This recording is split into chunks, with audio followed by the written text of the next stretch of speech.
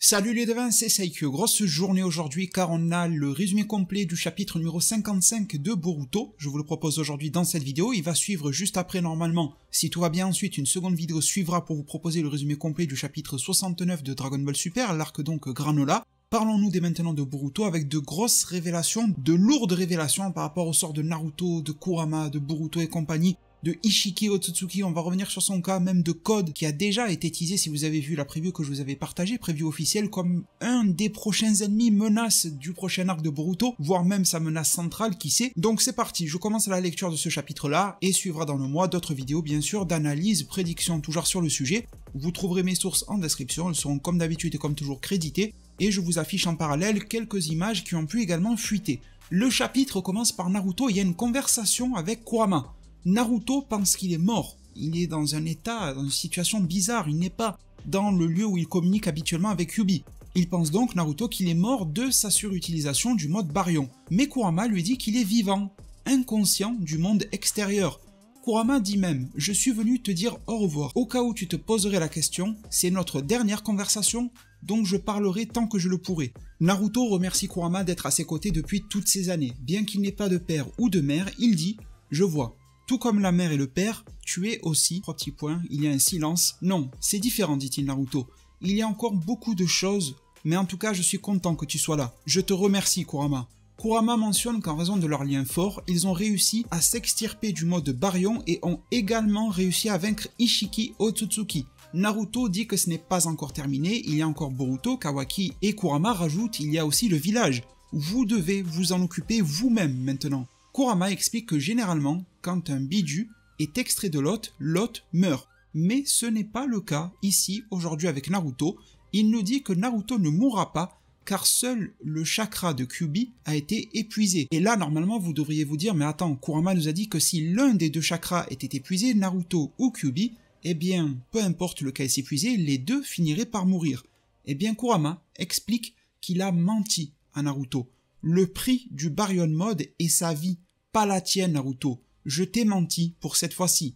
Kurama pense que Naruto n'aurait pas accepté le plan s'il connaissait la vérité, le fait que Naruto restera en vie et que seul Kurama partirait. Il avertit alors Naruto de faire attention car il n'aura plus les pouvoirs d'un Jinchuriki. Naruto finit par se réveiller, c'est alors très tristement que Kurama disparaît en fumée en souhaitant à Naruto de vivre une belle vie. Nous changeons alors de scène, je sais que c'est très choquant. Naruto se réveille et trouve Boruto en train de le serrer dans ses bras avec Sasuke qui se tient posté juste à côté.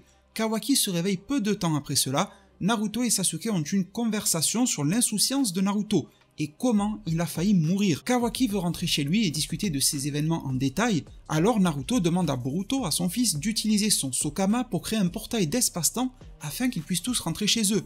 Boruto regarde Sasuke, mais Sasuke dit que son Rinnegan est maintenant inutile. Boruto a ensuite un flashback soudain de Momoshiki poignardant le Rinnegan de Sasuke. Il s'en rappelle, il a comme un bref souvenir de l'avoir fait lorsqu'il était possédé. Sasuke rétorque, c'est la réalité, ce n'est pas de ta faute Boruto.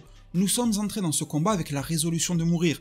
C'est seulement de la chance que nous soyons encore vivants. Puis nous changeons de scène et Code, le personnage de Code, de Kara, se réveille de sa sieste et il est toujours en surveillance de Jubi, le démon à 10 queues. Il l'observe d'ailleurs et vérifie si tout est normal et Code révèle alors qu'il est aussi un réceptacle pour Ishiki Otsutsuki, mais il se considère comme un réceptacle raté. Il dit que son Kama est un échec, d'ailleurs on voit qu'il a le petit carré, le petit losange dans la main, mais qui est tout blanc, alors que normalement un Kama est tout noir, et vous le savez très bien, ça ressemble même à un tatouage tribal un peu quand ça s'éveille, et bien celui de Code ne s'étend pas sur le corps et reste blanchâtre, et il dit que contrairement à Kawaki, il ne pourra jamais devenir un réel réceptacle.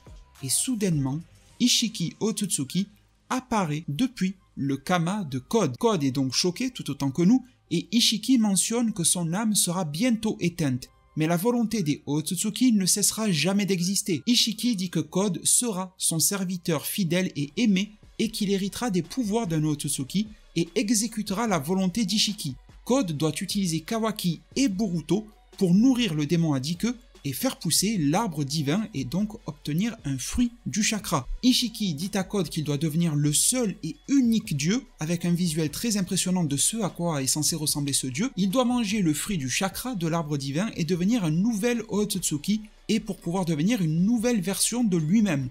Le dialogue de Code et de Ishiki se termine par Code disant Je le jure du fond de mon cœur, je me débarrasserai des gens qui m'ont volé. Nous changeons à nouveau de scène. Boruto finit par activer son Kama et essaie d'ouvrir un portail d'espace-temps, mais cela ne semble pas fonctionner. Kawaki mentionne alors que le Kama de Boruto est faible. Commente également le fait que Boruto a peur désormais d'utiliser les pouvoirs de son Kama, de craindre que cela permettrait à Momoshiki de trouver une faille, une brèche, pour prendre à nouveau le contrôle.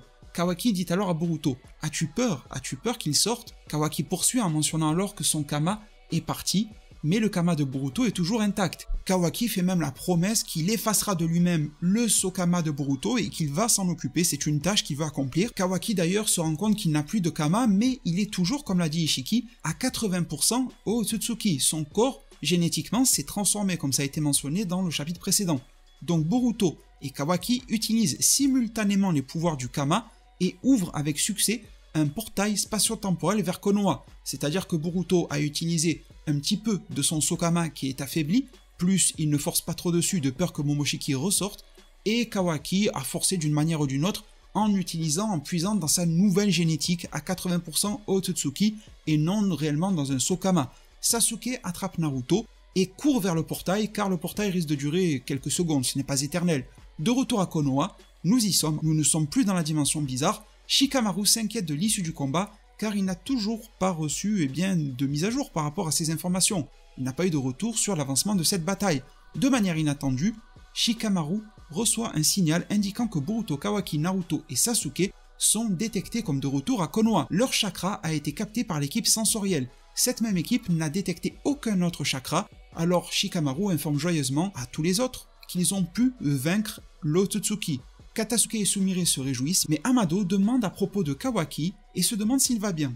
Alors que nous transitons de scène et que nous approchons de la clôture du chapitre, nous voyons Sumire qui regarde Amado comme si elle soupçonnait Amado de quelque chose. En effet, Amado ne nous a pas tout dit, on peut supposer qu'il était au courant pour Code, du coup, vu qu'il l'a côtoyé énormément, mais en tout cas, Shikamaru dit à l'équipe médicale de se précipiter rapidement sur les lieux, car ils sont tous gravement blessés. Shikamaru décide alors vivement d'aller à leur rencontre et la scène repasse sur Naruto qui dit « Oh mon dieu, nous sommes enfin de retour dans notre village ». Kawaki dit à Boruto de devenir plus indépendant. Mais Boruto semble avoir une relation de plus en plus fusionnelle avec Kawaki. Il lui dit « Quand je suis avec toi, j'ai l'impression que je peux tout faire ».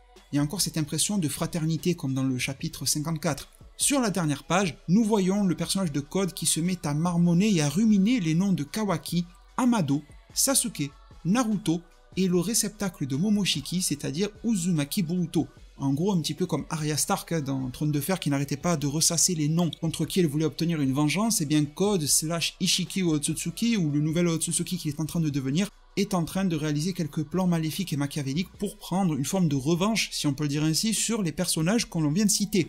La preview pour le chapitre numéro 56 qui sortira encore plus tôt le mois prochain, il sortira le 18 mars 2021 car il y a une sorte de fête nationale au Japon le mois prochain, donc ça me permet d'avoir le chapitre un peu plus tôt. On nous dit que pour le chapitre 56, je sais pas si je viens de dire 55, bref c'est le 56 le prochain, les yeux dérangeants de Code à qui on a confié la volonté de l'Otsutsuki regardent vers 3 petits points et on ne sait pas exactement vers où il regarde mais sûrement vers un avenir assez funeste et destructeur, bien sûr à n'en pas douter. Vous avez alors, mes très chers devins, toutes les informations concernant ce chapitre numéro 55 de Boruto. Bien évidemment, il n'y a rien de mieux et rien de tel qu'une bonne lecture de chapitre en ayant les visuels et les bonnes traductions, que je vous partagerai sur l'onglet communauté de ma chaîne YouTube et également sur ma page Twitter dès demain, 19 février 2021. Ça sera donc les liens officiels et gratuits en anglais et en espagnol. Il n'y a pas de version gratuite et légale en français, malheureusement, donc je vous partage ce que je peux. Mais en tout cas, j'espère que ça pourra vous aider à avoir une lecture. Pensez bien sûr à bombarder un maximum de pouces bleus si cette vidéo vous a plu, si ces informations vous rassurent d'une part pour Naruto, mais si également, tout comme moi, votre petit cœur saigne par rapport à notre bon vieux Kurama. On se reparlera bien sûr de l'avenir de ce personnage-là. Kurama est un personnage à part entière de l'œuvre, de ce que va devenir Naruto, de l'équilibre des forces au niveau mondial, de ce que vont devenir les Jinchuriki de manière générale, et également pourrons-nous espérer revoir un jour Kurama dans l'œuvre ou est-il définitivement parti, encore un être légendaire qui s'en va dans l'œuvre. Tous ces sujets seront bien évidemment traités sur ma chaîne YouTube. Pensez alors à vous abonner, à activer la cloche des notifications. Prenez tous extrêmement bien soin de votre futur et à plus pour de prochains arts divinatoires.